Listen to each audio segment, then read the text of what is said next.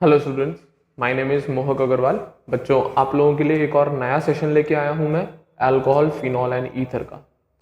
इस सेशन में हम लोग अपनी बची हुई chemical properties of monohydric alcohols cover करने जाएंगे, ठीक है ना। इससे जस्ट पिछले सेशन में हम लोगों ने बात करी थी मोनोहाइड्रिक अल्कोहल की पहली केमिकल प्रॉपर्टीज, जिसमें हम लोग ने अल्कोहल का O और हाइड्रोजन के बीच के बॉन्ड को तोड़ा था।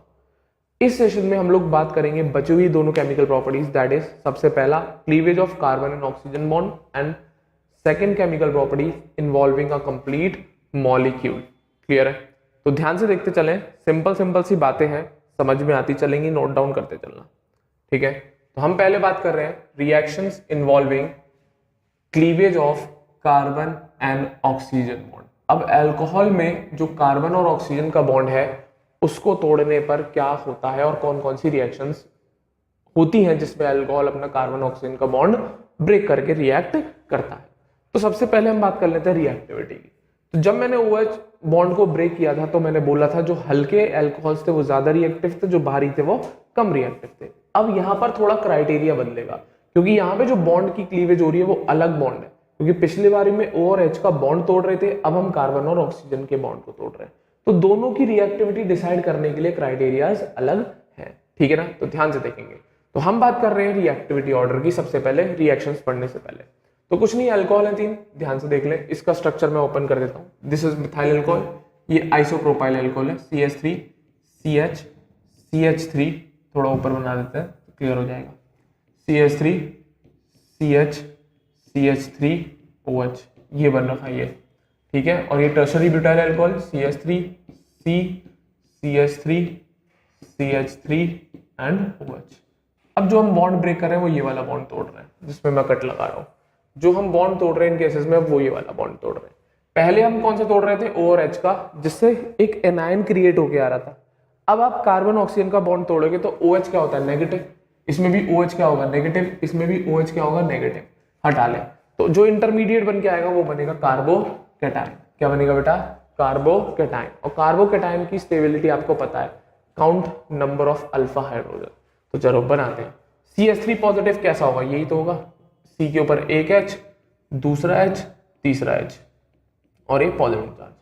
इसको बना रहा हूं मैं ओपन करके, CH3 CH CH3 और इसके ऊपर पॉजिटिव चार्ज, ठीक है। और इसको जब हम बनाएंगे तो वो कुछ ऐसा दिखेगा, CH3 C CH3 and CH3 और C के ऊपर पॉजिटिव चार्ज।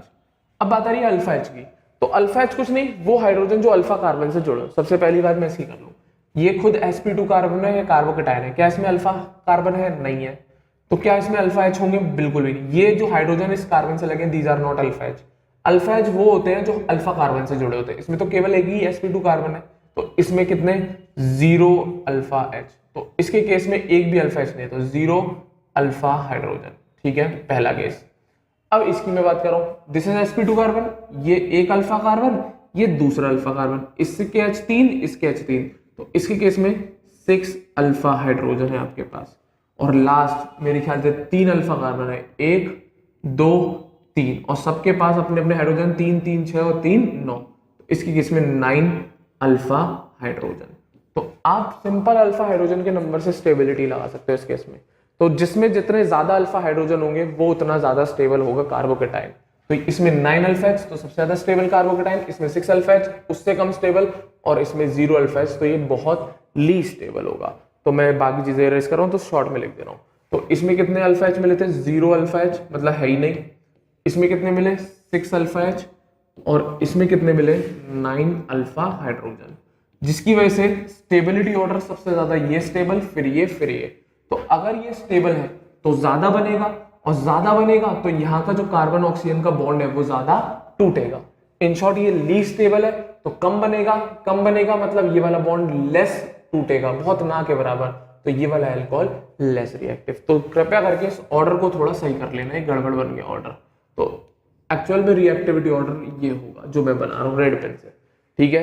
रिएक्टिविटी ऑर्डर ये होगा जो मैं बना रहा हूं। तो सिंपल सा फंडा है, इंटरमीडिएट का हिसाब चलेगा, ठीक है। जो इंटरमीडिएट ज्यादा स्टेबल ज्यादा बनेगा तो उसका करस्पॉन्डिंग अल्कोहल डेफिनेटली ज्यादा रिएक्टिव होगा। बस फर्क है वहां कौन सा बॉन्ड टूट रहा था, यहाँ कौन सा, यहाँ कार्बन ऑक्सीजन का बॉन्ड टूटा है, पिछले वाले सेशन में ऑक्सीजन और हाइड्रोजन का बॉन्ड टूटा था, यहाँ कैटायन इंटरमीडिएट बन रहा था, वहां एनायन इंटरमीडिएट बन रहा था। तो फर्क है दोनों बातों में। तो सबसे ज्यादा स्टेबल इंटरमीडिएट ये, तो ज्यादा बनेगा तो ये ज्यादा टूटेगा और ज्यादा रिएक्टिव। तो वही सारी चीजें लिखी हुई है, तो आप ऑर्डर को करेक्ट कर लीजिएगा। ये हटा दे रहा हूं मैं इसको, तो reactivity order will be this. सबसे ज्यादा रिएक्टिव टर्शियरी ब्यूटाइल अल्कोहल, उससे कम आइसोप्रोपाइल अल्कोहल और सबसे कम रिएक्टिव मिथाइल अल्कोहल। तो वही चीजें लिखी हुई है। क्या इंटरमीडिएट मोस्ट स्टेबल, इसके लिए तो ये इंटरमीडिएट ज्यादा बनेगा, मोर फॉर्म, तो इसकी वजह से जो इसका करस्पॉन्डिंग अल्कोहल है ये मोर रिएक्टिव, क्योंकि कार्बन और OH का बॉन्ड ज्यादा टूटने लगेगा। इसकी बात कर रहा हूं इंटरमीडिएट लेस रिएक्टिव, इसी की बात कर रहे हैं लेस फॉर्म, इसी की वजह से इसका करस्पॉन्डिंग अल्कोहल मोर रिएक्टिव, क्योंकि यहाँ पर लेस रिएक्टिव और यहाँ पर C और O का बॉन्ड कम टूटेगा। तो सिंपल सा रिएक्टिविटी ऑर्डर, सबसे लीस्ट रिएक्टिव मिथाइल अल्कोहल, उससे ज्यादा रिएक्टिव आइसोप्रोपाइल अल्कोहल, सबसे ज्यादा रिएक्टिव टर्शियरी ब्यूटाइल अल्कोहल, ये फॉलो होगा। और इसका कारण ये है क्योंकि इस केस में कार्बोकेटायन इंटरमीडिएट बन रहा है। क्या बन रहा है? Carbocation intermediate, that's it. तो हम उन रिएक्शंस की बात कर रहे हैं जिसमें कार्बन और ऑक्सीजन की बॉन्ड की क्लीवेज होगी, दैट्स इट। चलो मैं आगे। अब बात ये आ रही है कि अल्कोहल में कौन सी रिएक्शन है जो जिसमें ये इस तरीके से बिहेव करता है अल्कोहल। तो बहुत सिंपल सी रिएक्शन है। सबसे पहली, अगर अल्कोहल HCl के साथ रिएक्ट करता है, हाइड्रोजन क्लोराइड, तो यही काम करेगा। तो अल्कोहल का कौन सा बॉन्ड टूटेगा? OH। HCl में डेफिनेटली H निकलेगा, तो HCl से H, अल्कोहल से OH, क्या निकल गया? वाटर। तो इधर क्या बचा? क्लोरीन, इधर क्या बचा? R, तो रिएक्ट करा दियो, RCl बन जाएगा। क्लियर है? और खासकर यहाँ ध्यान रखना आपको कि ड्राई HCl लेना है, एक्वस नहीं लेना। और किसकी प्रेजेंस में काम करेगा? एनहाइड्रस ZnCl2 की प्रेजेंस में काम चलेगा। तो बेसिक सी रिएक्शन है, कुछ नहीं करना, OH हटाना है, Cl बिठाना है। इसी तरीके से इनऑर्गेनिक एसिड्स के साथ भी सेम काम करता है अल्कोहल। जैसे कि इनऑर्गेनिक एसिड H2SO4, HNO3, ये सब इनऑर्गेनिक एसिड होते हैं। इनके साथ अगर अल्कोहल को रिएक्ट कराएंगे तो यहाँ पर भी वही चीज हो रही है। क्या? अल्कोहल से तो OH जाएगा और एसिड से H जाएगा, तो वाटर निकला, तो R को इस ONO2 से जोड़ दियो तो एल्काइल नाइट्रेट बनेगा। और याद रखना, these are explosive. Alkyl nitrate are explosive in nature, फट जाते हैं, बम पटाखे बनते हैं, ठीक है। तो alkyl nitrate are explosive in nature. तो इस बात में भी खासकर ध्यान रखना है, अल्कोहल तुम्हारा OH देगा और एसिड तुम्हें H देगा। तो वही लिखा है here, H is from acid and OH is from alcohol. पर शर्त क्या है? इनऑर्गेनिक एसिड होना चाहिए, कोई ऑर्गेनिक एसिड नहीं, जैसे एसिटिक एसिड वगैरह नहीं चाहिए, यहाँ पर इनऑर्गेनिक चाहिए। तो एग्जांपल भी दे रखा है, इथाइल अल्कोहल को HNO3 के साथ, इथाइल अल्कोहल को किसके साथ? HNO3, H from acid and OH from alcohol, तो C2H5ONO, तो इथाइल नाइट्रेट बनेगा। सेम चीज H2SO4 के साथ, वापस से H2SO4 से H लिया, अल्कोहल से OH लिया, वाटर निकला, तो RHSO4 प्लस वाटर। तो बेसिक सी रिएक्शन है, कुछ नहीं करना। अल्कोहल OH देगा, एसिड तुम्हें H प्लस देगा। तो बेसिक सी रिएक्शन है, कुछ नहीं करना आपको। चलो मैं आगे, मेरे ख्याल से क्लियर होगी। तो HCl के साथ, इनऑर्गेनिक एसिड्स के साथ। अगली है रिएक्शन विद फास्फोरस हैलाइड। ये मैंने आपको halo alkanes and halo arenes में भी लिखाई हुई है reaction. Alcohol with PCl5, alkyl halide बनाएगा, POCl3 बनाएगा, HCl बनाएगा। सेम चीज PCl3 के साथ 3 मॉलिक्यूल लगते हैं अल्कोहल के, तो 3 RCl बनेंगे और H3PO3। डिट्टो रिएक्शन पढ़ाई हुई है मैंने आपको halo alkanes and halo arenes में, याद रखना भाई, ठीक है। अल्कोहल को PCl5 के साथ तो क्या करेगा? RCl बनेगा, POCl3 और HCl निकलता है। अगर PCl3 के साथ करा रहे हो तो 3 मॉलिक्यूल लगेंगे, तो 3 RCl और H3PO3 बनता है। ये दोनों रिएक्शन डिट्टो छपी हुई है halo alkanes and halo arenes. अगर आपने उस चैप्टर को याद किया तो ये डेफिनेटली याद होंगी आपको, ठीक है। कुछ नहीं किया, अब अल्कोहल की जगह मैंने इथाइल अल्कोहल रख के प्रोडक्ट बना दी। PCl5 के साथ C2H5Cl, POCl3 plus HCl। PCl3 के साथ कराओगे तो 3 मॉलिक्यूल ले लिए, तो 3C2H5Cl and H3PO3। Same reaction है, कोई नई नहीं है, पुरानी है, रिपीट हुई है। अगली वाली भी reaction with SOCl2, reaction with SOCl2, this is called thionyl chloride. इसका नाम लिखा है वो, ये भी पढ़ाई है हेलो एल्केन्स हेलो अरीन में, थायोनिल क्लोराइड। क्या कहते हैं बेटा? थायोनिल क्लोराइड, SOCl2, ठीक है। कुछ नहीं, अल्कोहल के साथ अगर रिएक्शन कराओगे तो इस रिएक्शन का नेमिंग नाम था डार्जेंस रिएक्शन। कुछ नहीं, अल्कोहल SOCl2 के साथ रिएक्ट करेगा, एक तो R के साथ Cl चला जाएगा, RCl, O इधर से निकल के अल्कोहल में SO के साथ SO2 और यहां से H, यहां से Cl, HCl, तो alkyl halide SO2 plus HCl, डार्जेंस reaction कहते हैं इसे। अल्काइल हैलाइड वाले चैप्टर में पढ़ाई है मैंने।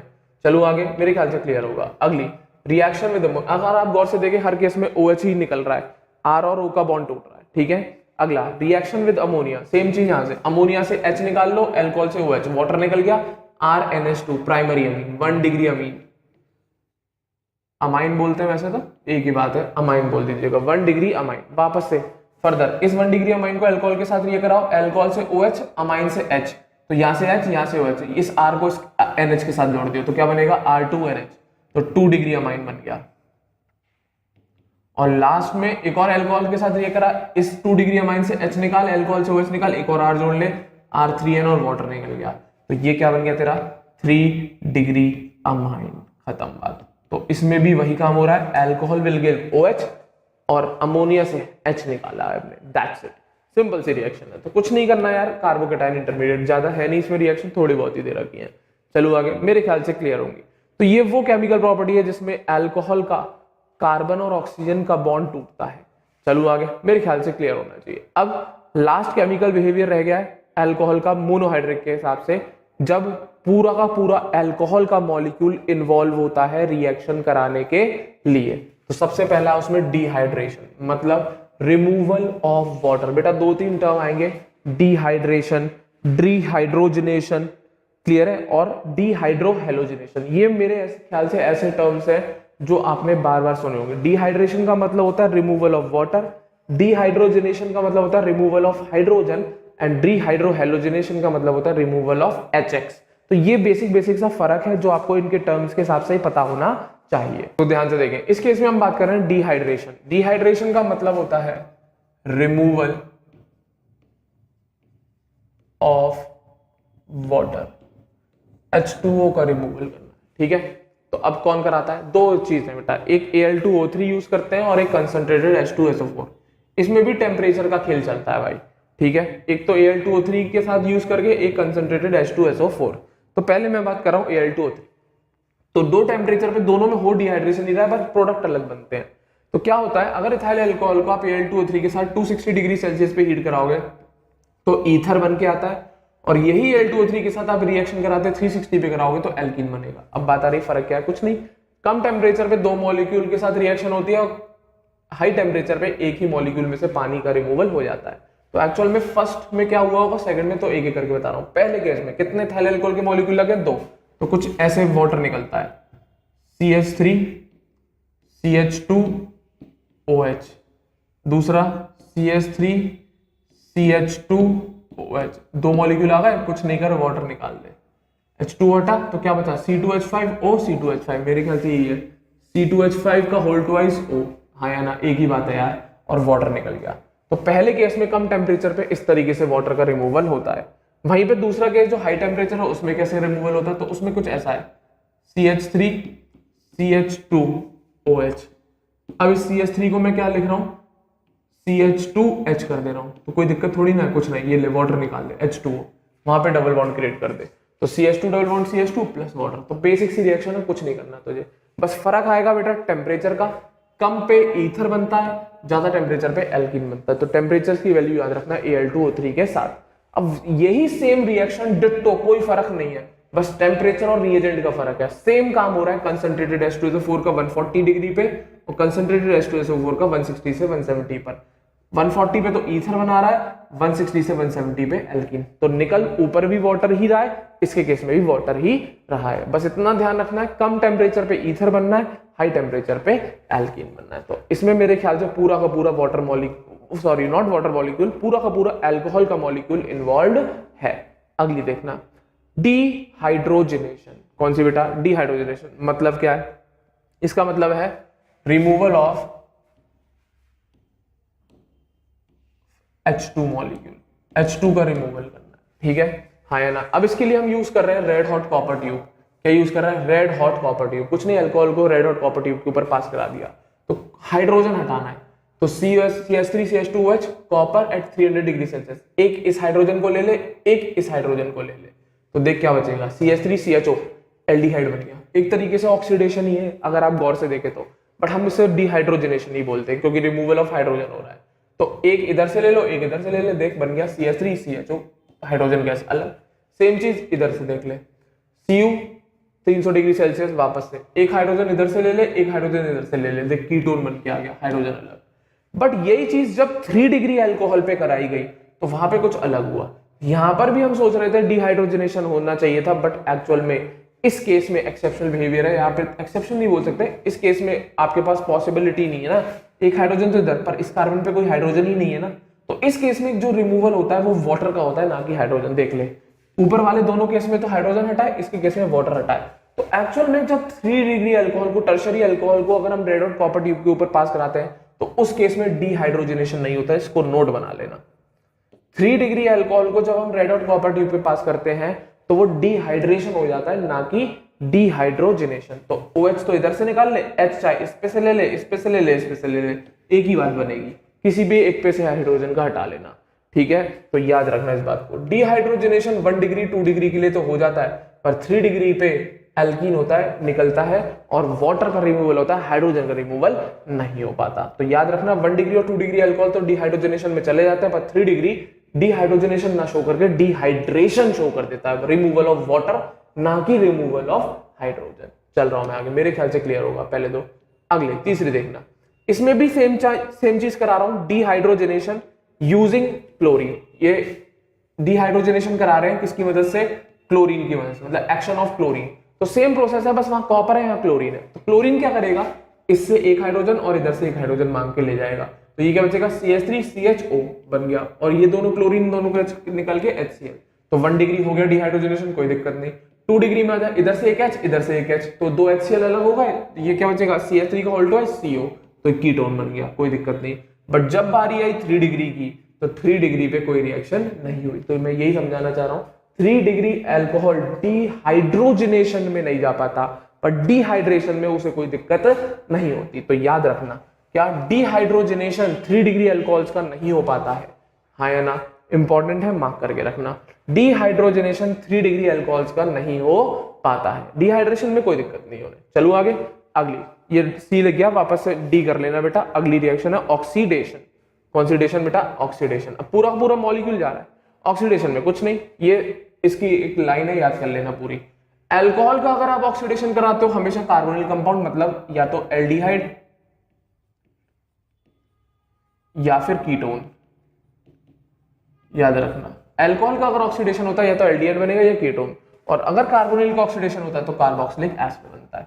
जब ऑक्सीडेशन पे इधर जा रहा है तो रिडक्शन पे उल्टा आएगा। कार्बोक्सिलिक एसिड का रिडक्शन करोगे तो कार्बोनिल कंपाउंड बनेगा, और कार्बोनिल कंपाउंड का रिडक्शन करोगे तो अल्कोहल बनेगा। सेम एग्जांपल है, सिंपल सा देख, इथाइल अल्कोहल है, ऑक्सीडेशन करा दे, एक H इधर से ले ले, एक H इधर से ले ले, वाटर निकल जाएगा। क्या निकल जाएगा? वाटर। और यहाँ पे क्या बचेगा? CH3CH, मेरे ख्याल से alcohol converted to aldehyde, simple.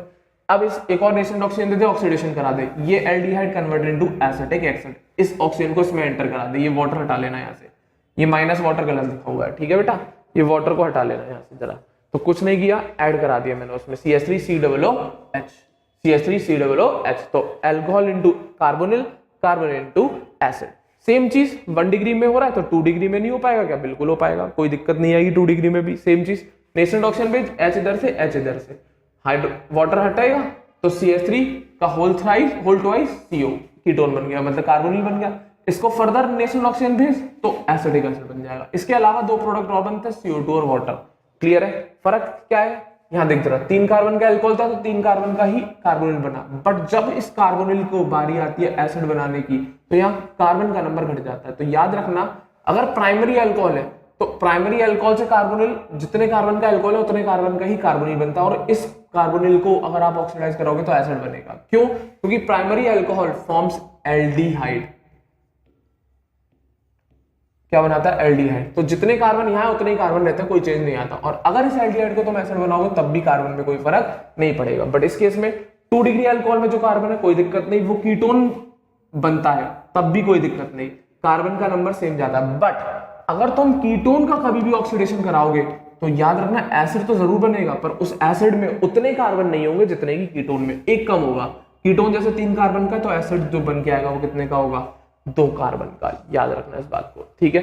वहीं पे 3 डिग्री अल्कोहल पे आते हैं, जब हम किस पे आते हैं बेटा? 3 डिग्री अल्कोहल। तो उसमें क्या कलेश है? कुछ नहीं, 3 डिग्री अल्कोहल कितने कार्बन का? 4 का, ऑक्सीडेशन करा दे, कीटोन बनेगा, पर वो कितने कार्बन का होगा? 3 का। क्लियर है? सेम चीज अब ऊपर वाली रिएक्शन वापस से रिपीट कर दे, कीटोन कितने कार्बन का? 3 का, एसिड बनाएगा तो वो कितने कार्बन करेगा? 2 का। CO2 वाटर निकालते चलना, CO2 वाटर निकालते चलना। तो सिंपल सी ऑक्सीडेशन है, बस फर्क आपको दिख रहा होगा। प्राइमरी कर रहे हैं तो प्राइमरी का ऑक्सीडेशन कराते समय अल्कोहल का कभी भी कार्बन बदलता नहीं है, चाहे वो अल्कोहल से एल्डिहाइड बन जाए, एल्डिहाइड से एसिड बन जाए। सेकेंडरी अल्कोहल का चलो कार्बोनिल बनते समय कार्बन में चेंज नहीं आता, बट कार्बोनिल को अगर आप आगे हीट करके एसिड बनाते हो तो कार्बन में एक की कमी आ जाती है। और टर्शरी अल्कोहल शुरुआत से ही एक एक कार्बन घटाना शुरू कर देता है। अल्कोहल से कार्बन बनाओगे तो एक कार्बन कम, कार्बोनिल से एसिड बनाओगे तो भी एक कार्बन कम। तो मेरे ख्याल से एक तरीके से ऐसी रिएक्शन होगी जो डिफरेंशिएट कर रही है 1 डिग्री, 2 डिग्री और 3 डिग्री अल्कोहल्स के बीच में। तो बहुत इंपॉर्टेंट रिएक्शन है ऑक्सीडेशन। और हमेशा याद रखना, अल्कोहल के ऑक्सीडेशन से कार्बोनिल मतलब एल्डिहाइड या कीटोन बनता है, और इसी के ऑक्सीडेशन, कार्बोनिल के ऑक्सीडेशन से एसिड्स बनते हैं हमेशा। ठीक है, 1 डिग्री में तो इन तीनों प्रोसेस में कोई चेंज नहीं आता कार्बन में, 2 डिग्री में पहले प्रोसेस में चेंज नहीं आता पर दूसरे में एक कार्बन कम हो जाता है, और 3 डिग्री अल्कोहल में पहले से दूसरे में भी एक कार्बन घटता है, दूसरे से तीसरे स्टेप पे जाते भी एक कार्बन घटता है। तो एक तरीके से डिफरेंशिएटिंग रिएक्शन हो गई 1 डिग्री, 2 डिग्री और 3 डिग्री अल्कोहल्स की। तो ये बेसिक सी रिएक्शंस थी आपकी केमिकल प्रॉपर्टीज में। कौन सी? जिसमें अल्कोहल का पूरा मॉलिक्यूल इन्वॉल्व हो रहा था रिएक्शन कराने के लिए। That's it. मेरे ख्याल से यहां तक सारी बातें क्लियर होंगी। तो ये आपकी कंप्लीट होती है केमिकल प्रॉपर्टीज, ये कंप्लीट होती है आपकी पूरी की पूरी chemical properties of monohydric alcohols. उम्मीद करूंगा पकड़ पाए होंगे मेरी बात। चलूं मैं आगे, हाँ या ना? अब मैं कुछ ऐसी रिएक्शंस और बताने जा रहा हूं जिसकी मदद से हम 1 डिग्री, 2 डिग्री और 3 डिग्री अल्कोहल्स को डिफरेंशिएट कर सकते हैं। क्योंकि अभी एक तो आपने देखी ली ऑक्सीडेशन वाली, ठीक है ना? तो अब हम बात कर रहे हैं ऐसी रिएक्शंस की जो इन तीनों 1 डिग्री, 2 डिग्री और 3 डिग्री अल्कोहल्स में डिस्टिंक्शन कर लेते हैं। ठीक है, तो वही लिखा है reaction with distinguish between 1 degree, 2 degree and 3 degree. सबसे पहली reaction with red hot copper, अभी देखा आपने थोड़ी देर पहले। रेड हॉट कॉपर में क्या था, पीछे दिखा दे रहा हूं वापस से।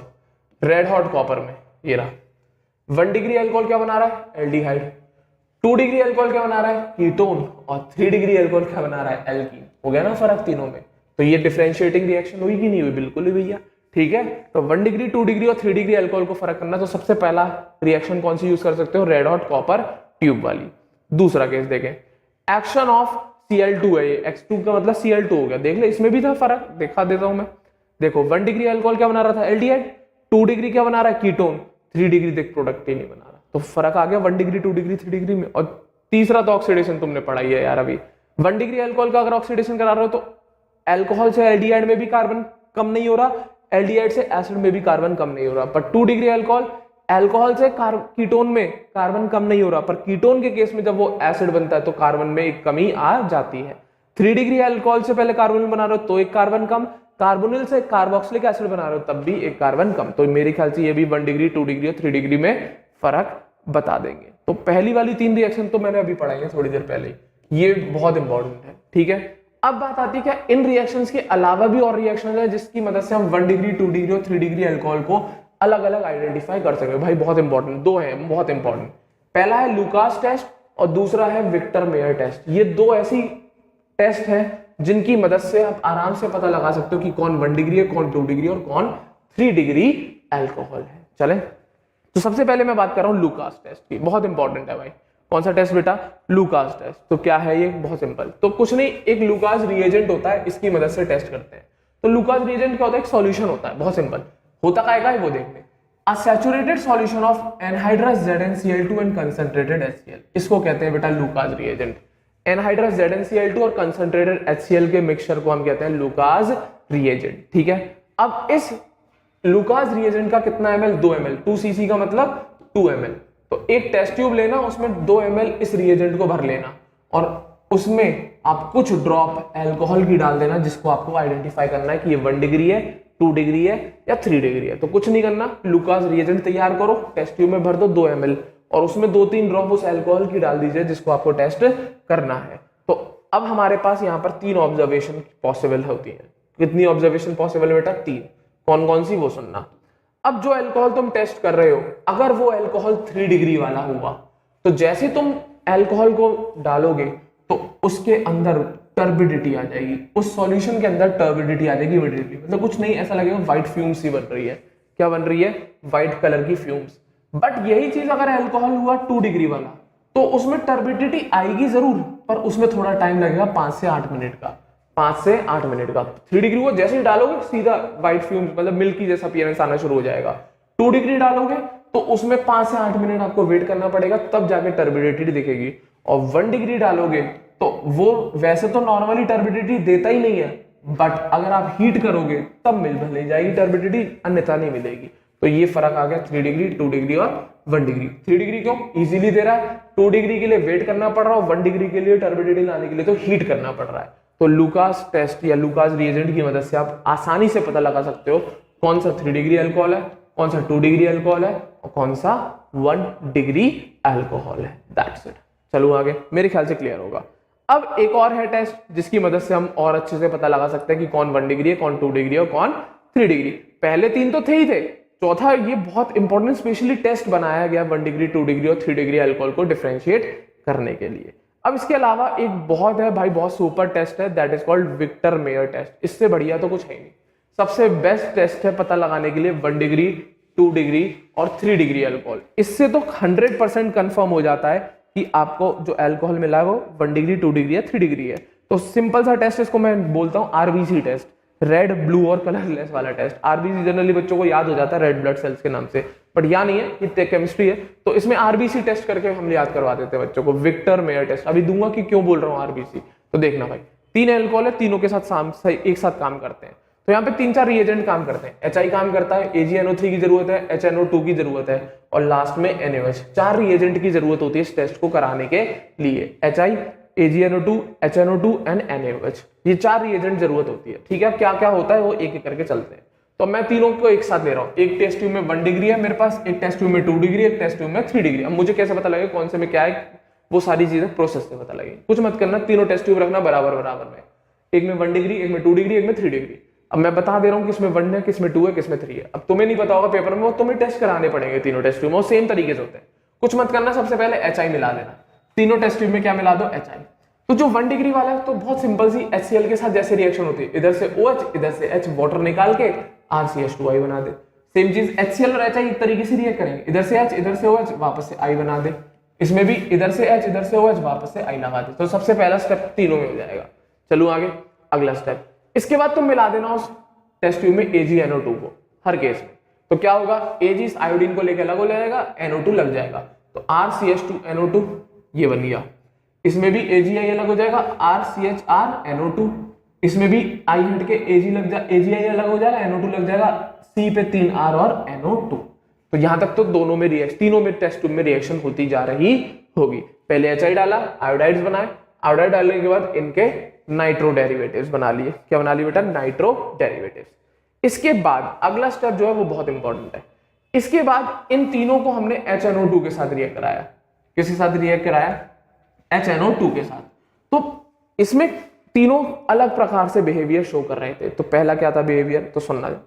जैसे HNO2 के हमने इसके साथ भेजा 1 डिग्री अल्कोहल वाले के केस में, तो उसमें क्या कुछ इस प्रकार से रिएक्शन हुई जैसे मैं बता रहा हूं, ध्यान से देखते चलना। ठीक है, तो इधर से तो हाइड्रोजन और इधर से ऑक्सीजन, इस तरीके से वाटर का रिमूवल हुआ। इस कार्बन से दोनों हाइड्रोजन निकले और HNO2 से ये वाला ऑक्सीजन निकला। तो ये नाइट्रोजन और ये कार्बन डबल बॉन्ड से जुड़ जाता है और कुछ ये गलत बन गया प्रोडक्ट, बेटा सही कर लेना इसको। तो यहाँ पे जो प्रोडक्ट बनेगा वो ये बनेगा, R सिंगल बॉन्ड C, थोड़ा इधर पीछे ऊपर बना दे रहा हूं मैं, थोड़ा जगह कम है मेरे पास। R single bond C double bond N single bond OH और यहाँ पे क्या आएगा, सिंगल बॉन्ड NO2। ये बनेगा, ये गलत बन गया यहाँ पर, ये थोड़ा गलत बन गया। ठीक है, तो ये बनेगा प्रोडक्ट। तो कुछ नहीं, वाटर का रिमूवल हुआ यहाँ से H2 यहाँ से हो, तो ये नाइट्रोजन और ये कार्बन लिंक हो जाए। तो RCNO2 तो सिंगल बॉन्ड से आ गया, ये कार्बन और ये नाइट्रोजन डबल बॉन्ड ON और OH। ठीक है, और इसको हम बोलते हैं नाइट्रोलिक एसिड। क्या बोलते हैं बेटा? नाइट्रोलिक एसिड, याद रखना इसका नाम। तो 1 डिग्री अल्कोहल में अगर हम ये काम कराएंगे, HNO2 के साथ रिएक्शन कराएंगे तो नाइट्रोलिक एसिड बनता है। वहीं पे 2 डिग्री में आ जा, ये था कुछ मत कर। HNO2 में अब इस साइड वाला OH यूज कर ले, इधर से तो H और इधर से OH, तो ये वाटर है और ये सिंगल बॉन्ड से जुड़ेगा। तो ये क्या बनेगा, RCrNO2 और यहां से यहाँ पे नाइट्रोजन जुड़ जाएगा और डबल बॉन्ड O। तो इसका नाम क्या है? इसको हम बोलते हैं स्यूडो नाइट्रोल। जगह नहीं है, मैं लिख दे रहा हूं। इसको हम बोलते हैं स्यूडो नाइट्रोल। ये भी गलत है, हटा लेना से। क्या है? इसको हम बोलते हैं स्यूडो नाइट्रोल, याद रखें। और बात जब आती है इसकी, तो टर्शरी के केस में रिएक्शन होती ही नहीं है। That's it. तो फर्क आ गया, 3 डिग्री पता लग जाएगा तुम्हें, हाँ या ना, वहां रिएक्शन ही नहीं हुई। अब लास्ट स्टेप बचा है, उसी से सारी चीजें क्लियर हो जाएंगी। अब कुछ नहीं करना आपको, बस NaOH मिलाना है इस टेस्ट ट्यूब में। जैसे ही आप इस नाइट्रोलिक एसिड के साथ NaOH मिलाओगे, एक रेड कलर का सॉल्यूशन बन जाएगा। वहीं पे सेकेंडरी वाले में क्या बनता है, स्यूडोनाइट्रॉल। जैसे ही इसमें NaOH मिलाओगे तो क्या मिलाओगे बेटा, NaOH। तो इसके केस में ब्लू कलर का सॉल्यूशन बन जाता है। अब यहाँ पे जब यही रिएक्शन नहीं हुई तो NaOH मिलाने से कोई फर्क नहीं पड़ेगा, तो इसका सॉल्यूशन कैसा रहता है, कलरलेस। तो मेरे ख्याल से रेड, ब्लू एंड कलरलेस, तो RBC टेस्ट हो गया। तो अब पता लग जाएगी तीनों टेस्ट ट्यूब, एक रेड रंग की होगी, एक ब्लू की होगी और एक कलरलेस होगी। तो इससे आप आसानी से पता लगा पाओगे, जो रेड कलर की टेस्ट ट्यूब होगी उसमें प्राइमरी अल्कोहल था, जो ब्लू कलर की टेस्ट ट्यूब होगी उसमें सेकेंडरी अल्कोहल था, और जिस टेस्ट ट्यूब में कलर सेम रहा, कलरलेस रहा, वो टर्शियरी अल्कोहल था। This is called Victor Meyer's test. तो ये करेक्शन कर लेना भाई, H2 इस तरीके से रिमूव हुआ, उसमें रिएक्शन ही नहीं हुई लास्ट में। इधर CH2 और इधर NO2 का HNO2 का O डबल बॉन्ड O वाला, इसमें HNO2 में से OH निकालते हैं और इधर से H निकालते हैं, निकल तीनों में वाटर ही रहा है, ठीक है। इसमें नाइट्रोलिक एसिड बनता है, ये RCNO2 double bond NOH nitrolic acid, इसमें RCR single bond NO2 single bond N double bond O स्यूडोनाइट्रॉल। याद रखना, ये बेसिक सी बातें आनी चाहिए आप पे। This is called Victor Meyer test. क्या बोलते हैं बेटा, विक्टर मेयर्स टेस्ट। बेसिक सा टेस्ट है, आ जाना चाहिए 1 degree 2 degree and 3 degree alcohol को डिफरेंशिएट करने के लिए। मेरे ख्याल से यहां तक आप लोगों को सारी बातें डेफिनेटली क्लियर होंगी, ठीक है ना। तो बच्चों इस सेशन को इतना ही रखते हैं, आगे नहीं बढ़ाएंगे, नहीं तो अगला टॉपिक जो है वो थोड़ा ज्यादा डिटेल में जाना पड़ेगा, ठीक है। तो उम्मीद करूंगा यहां तक आपको सारी बातें क्लियर होंगी। वैसे जितना भी था मोनोहाइड्रिक में मेजरली मैंने सब कुछ कंप्लीट करा दिया अबाउट मोनोहाइड्रिक अल्कोहल।